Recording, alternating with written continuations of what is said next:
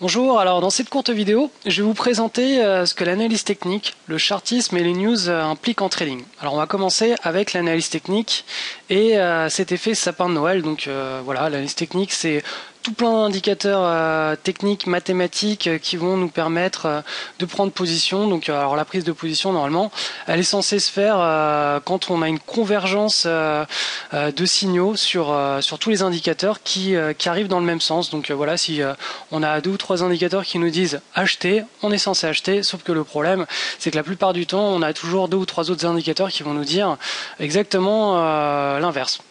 Donc c'est pas très pertinent la plupart du temps pour le trader. Enfin, quand on a un trader actif, on veut pas avoir des contre-signaux sur des prises de position. C'est impossible, on peut pas être bien psychologiquement avec ce genre de choses. Donc la seule façon d'améliorer, en tout cas l'approche du trading par l'analyse technique, c'est de diminuer le nombre d'indicateurs et surtout d'augmenter le nombre d'unités de temps. Bon voilà, ça c'est pas trop le genre de stratégie de trading que j'apprécie. Moi je préfère vraiment les choses minimalistes avec l'étude simple du chartisme. Alors le chartisme, qu'est-ce que c'est? C'est simplement l'étude de la psychologie des opérateurs en analysant directement les fluctuations des cours de bourse.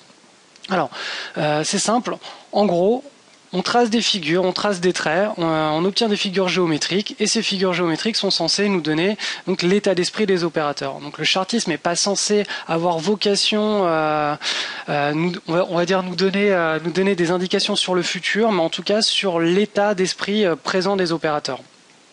Donc ici on a sur le titre Hermès un magnifique triangle. Donc là ce qu'on se rend compte c'est que la volatilité, donc les fluctuations sont de moins en moins importantes, ce qui signifie tout simplement qu'il n'y a pas de consensus sur le titre. Tous les opérateurs sont neutres. Voilà, en gros, ça veut dire que l'actif est bien pricé dans la tête des gens. Voilà, il n'y a rien qui va se produire.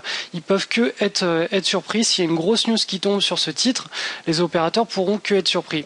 Et c'est justement tout l'intérêt de trader les news en complément du chartisme et de pas trader le chartisme bêtement comme ça, sans ajouter des éléments à ça.